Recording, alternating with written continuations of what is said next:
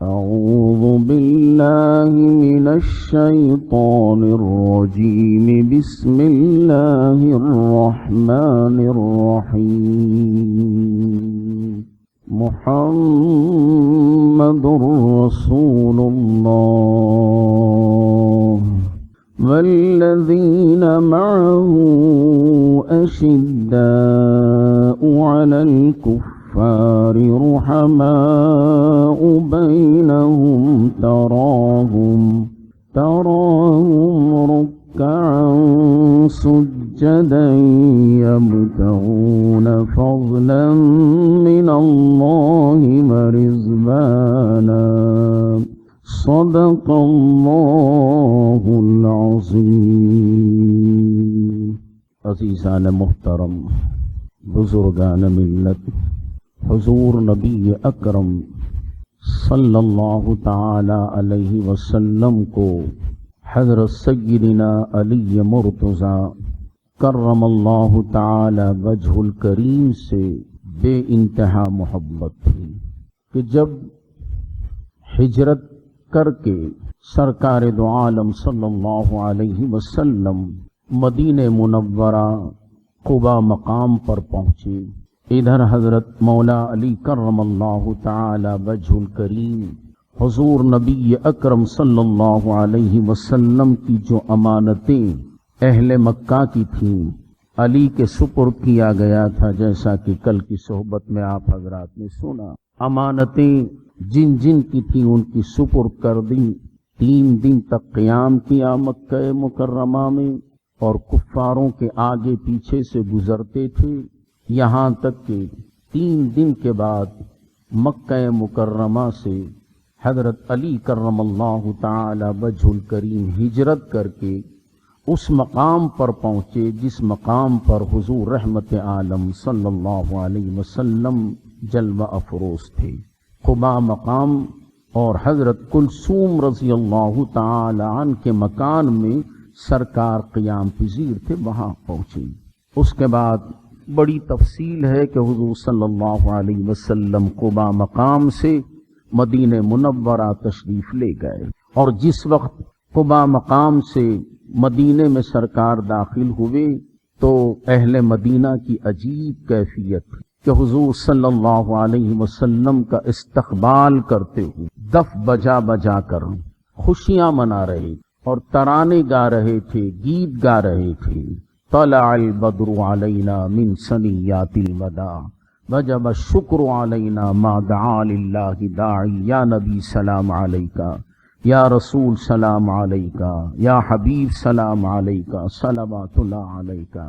یہ گاتے ہوئے بچے مدینے کے، بوڑھے جوان عورتیں حضور صلی اللہ علیہ وسلم کی مدینہ منورہ میں آمد کی خوشی منا رہے تھے، یہاں تک کہ سرکار دو عالم صلی اللہ علیہ وسلم مدینہ منورہ میں جلوہ گر ہوئے اور انصار اور مہاجرین کو آپس میں اللہ کے رسول صلی اللہ علیہ وسلم نے بھائی بھائی.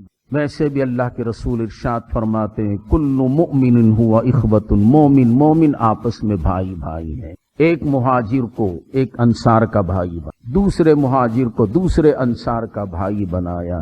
اس طریقے سے محبت کو اللہ کے رسول نے اہل ایمان میں بانٹا کہ جب ایک نے دوسرے کو اپنا بھائی بنا لیا تو اپنی پراپرٹی میں سے آدھی پراپرٹی جس کو اپنا بھائی بنا لیا تھا اس کو انصار نے مہاجر کو دے دیا.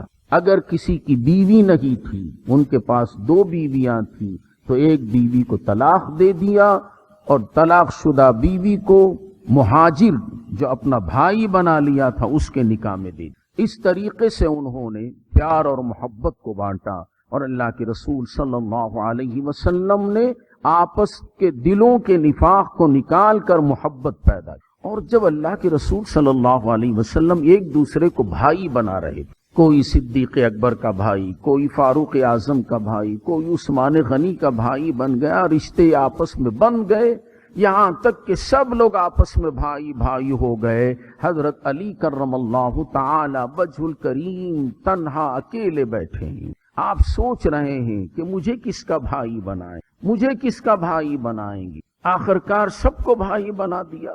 حضرت علی کرم اللہ تعالی وجہ الکریم غمگین دربار رسالت میں آئے اور عرض کرنے لگے یا رسول اللہ، سب کو ایک دوسرے کا بھائی بنا دیا اور مجھے آپ نے تنہا چھوڑ دیا۔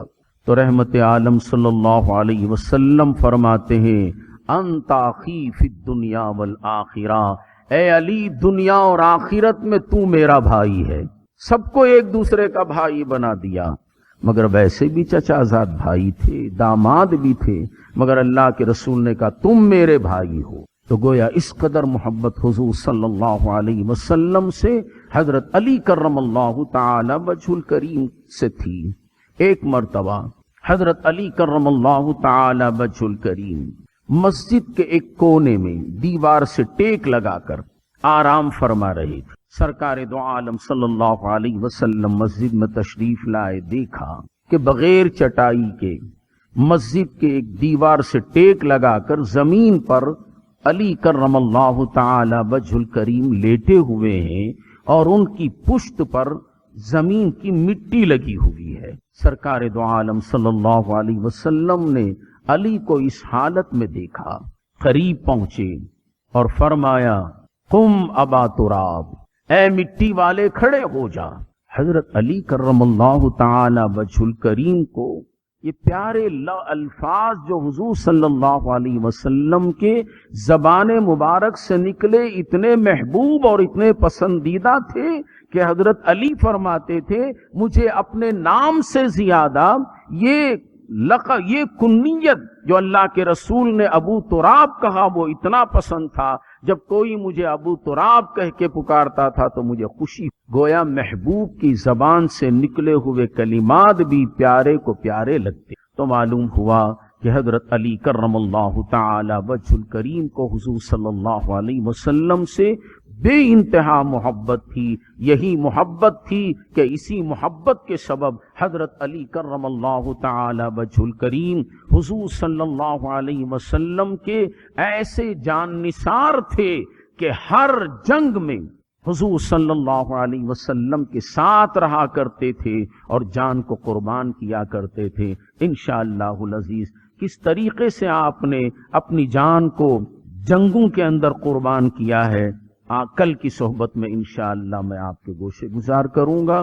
دعا ہے کہ اللہ تعالی ہم سب کو فہم قرآن عطا فرمائے اور علی کو جیسی محبت حضور صلی اللہ علیہ وسلم سے تھی مولا اس میں کا کچھ عشر عشیر محبت ہمارے دلوں میں بھی پیدا فرما دے، تاکہ حضور صلی اللہ علیہ وسلم کی محبت کے صدقے دنیا اور آخرت ہماری سمر جائے۔